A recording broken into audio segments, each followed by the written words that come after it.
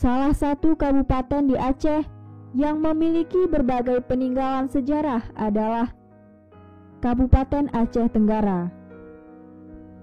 Salah satu peninggalan sejarah yang tercatat adalah Benteng Kutarih.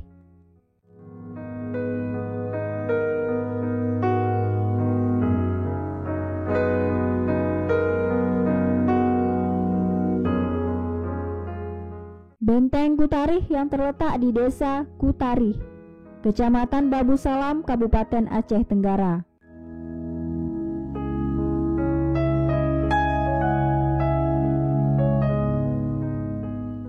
Benar ya, Tugu Kutarih ini sebagai salah satu situs untuk memperingati bahwasanya dulu di Aceh Tenggara pernah terjadi pembantaian massal yang dilakukan oleh pasukan Belanda yang terjadi pada tahun sekitar 1904. Nah, korban yang terjadi pada situs ini itu sekitar hampir 4.000.